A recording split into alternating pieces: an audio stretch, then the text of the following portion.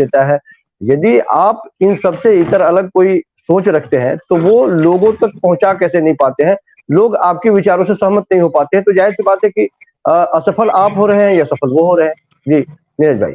देखिए, सबसे बड़ी चीज है कि आपने जो भी प्रश्न पूछा था, प्रीति जी बहुत अच्छी वक्ता हैं, मैं इनको बहुत अच्छा पसंद करता हूं, इनकी बातों को बहुत तरीका से घुमा कर लेके चली गई है और पूरी की पूरा वो विकेंद्रीकरण कर दिया इन्होंने सरकार के।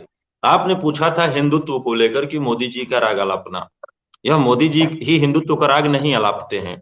जब बाबरी विध्वंस हुआ था उसके बाद भारतीय जनता पार्टी को एक अच्छा मुद्दा मिल गया था कि उस समय की जितनी भी राजनीतिक पार्टियां थी सभी पार्टियां सेकुलर थी, सभी एक धर्म वर्ग विशेष की पक्षधर थी। तो भाजपा ने यह सोचा था कि क्यों न हम ऐसी एक धारा को लेकर चले जो आने वाले समय में उसका फायदा हमको मिलेगा, और वह फायदा आज वाकई मिल रहा है।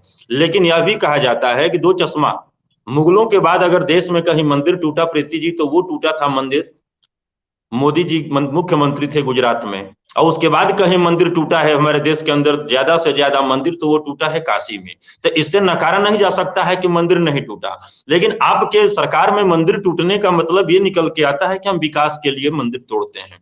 आपने चर्चा किया है राम मंदिर का मैनिफेस्टो, जो है भाजपा जब से बनाती रही है तब से राम जी के नाम को ठेकेदार बन के घूमती रही और राम जी के नाम को बेच के सत्ता पाने की लालसा भाजपा लेती रही है। और देखा 19 में 14 में भी देखा भारतीय जनता पार्टी ने, और देश ने भी देखा कि मैनिफेस्टो में था कि रामलला हम आएंगे, मंदिर वहीं बनाएंगे, हमारी सरकार बनाई है और हम मंदिर बनाएंगे। लेकिन 2019 में वो थोड़ा यू टर्न ले लिया गया, एक बार सत्ता में आ चुकी थी भाजपा, और उस मैनिफेस्टो में आता है कि कोर्ट के द्वारा जो भी निर्देश दिया जाएगा आपसी सहमति पे वहां पर मंदिर बनेगा। अब मंदिर बनाएंगे और कोर्ट के निर्देश पे अंतर हो जाता है। जब यहाँ पर कोर्ट के आदेश पे मंदिर बना है तो आप इसका नहीं ले सकती हैं श्रेय। क्यों नहीं ले सकती हैं? कि हमारे उत्तर प्रदेश के मुख्यमंत्री योगी जी ने कह दिया था कि मंदिर के निर्माण में 1 रुपया न केंद्र का लगा है न राज्य का लगा है। तो इस पे भारतीय जनता पार्टी और उसके कार्यकर्ताओं को बोलने का कोई हक और अधिकार नहीं था।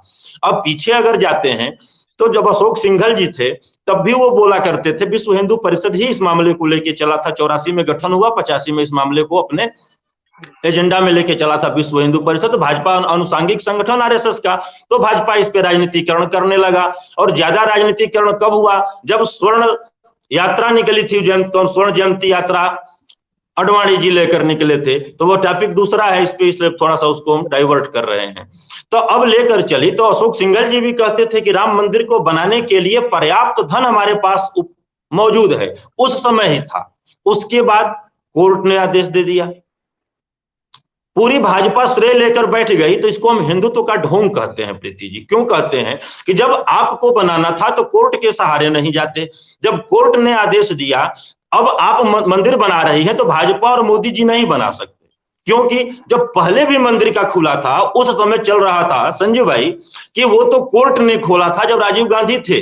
वो अलग चीज है कि राजीव गांधी ने किस चीज से थक हार कर उस समय राम मंदिर का ताला खुलवाया था। शाहबानों के प्रकरण पे पूरा देश इनके विरोध में चला गया था, मुस्लिम इनके पक्ष में आ गए थे, लेकिन जब ले जाकर फरवरी 85-86 में मंदिर का ताला खुलवाते हैं तो जो इनके साथ थे हिंदू तो इनके हुए नहीं, और मुस्लिम और जो दलित जो इनके वोटर थे वो वोटर भी उनसे खिसक गए, और भाजपा को लगे हाथ हिंदुत्व का मिल गया था। अगर आज मोदी जी ने मंदिर बनवाया है तो उस समय राजीव गांधी को मानना जरूरी है। अगर उस समय कोर्ट ने ताला खुलवाया तो आज भी कोर्ट ने मंदिर बनाया, यह मानना जरूरी है। आप चर्चा करती हैं 3 तलाक का, जो भी सरकार होती है सरकार आमूल चूक परिवर्तन करती रहती है, उसमें किसी व्यक्ति विशेष को श्रेय नहीं जाता है, न ही किसी पार्टी को श्रेय जाता है, तमाम चर्चाएं होती रहती हैं। अगर सरकार की बात करती हैं तो एनआरसी भी लाई थी ये सरकार 2019 में, संजीव भाई आपको भी पता है, हम भी बहुत डिबेट किए थे और आप भी बहुत डिबेट किए थे।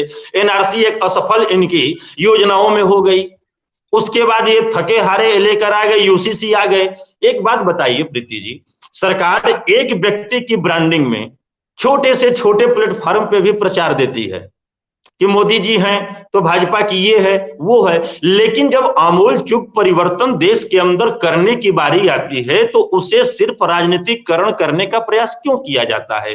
छोटे छोटे प्लेटफॉर्म पर देके जनता को जागरूक करने का भी काम किया जा सकता है। रुक जाइए नीरज भाई, बात सिर्फ इतनी सी है कि कोई भी राजनीतिक दल जब वो चुनाव लड़ती है तो वो जीतने के लिए लड़ती है। भारतीय जनता पार्टी यदि चुनाव लड़ रही है, रणनीतिक तौर पर आपको पटखनी दे रही है या विपक्षी पार्टियों को दे रही है, तो निश्चित तौर पर उसकी रणनीति बेहतर है, उसके लोगों के लिए बेहतर है, उसके पार्टी के लिए बेहतर है, उनके नेताओं के लिए बेहतर है। तो आप यदि ये चाहते हैं कि वो ऐसी रणनीति बनाए जिसमें आपकी जीत सुनिश्चित हो, आप अपने हिस्से की रणनीति आप बनाएं। विपक्षी पार्टियां आखिर यदि हाशिए पे है तो उसके लिए भारतीय जनता पार्टी के अपने प्रयासों को कम कर दे या छोड़ दे, जिससे आप मजबूत हो। आप अपने प्रयास में कहाँ चूक पा रहे हैं उसके बारे में बताइए कि आपको क्या ऐसा क्या करना चाहिए जो आप नहीं कर पा रहे हैं, जिसकी वजह से विपक्षी पार्टियां कमजोर हो रही है, इसके बारे में बात करते हैं। नहीं, बिल्कुल बिल्कुल संजीव भाई, वो बात वो नहीं है। जो भी बात, हमारा देश जो है बहुदलीय व्यवस्था के तहत चलता है। हर पार्टी को अपना चुनाव लड़ने का अधिकार है, लेकिन यह भी है कि हम व्यक्ति से बड़ा समाज, समाज से बड़ा संगठन और संगठन से बड़ा देश है। देश को भी हम नकार नहीं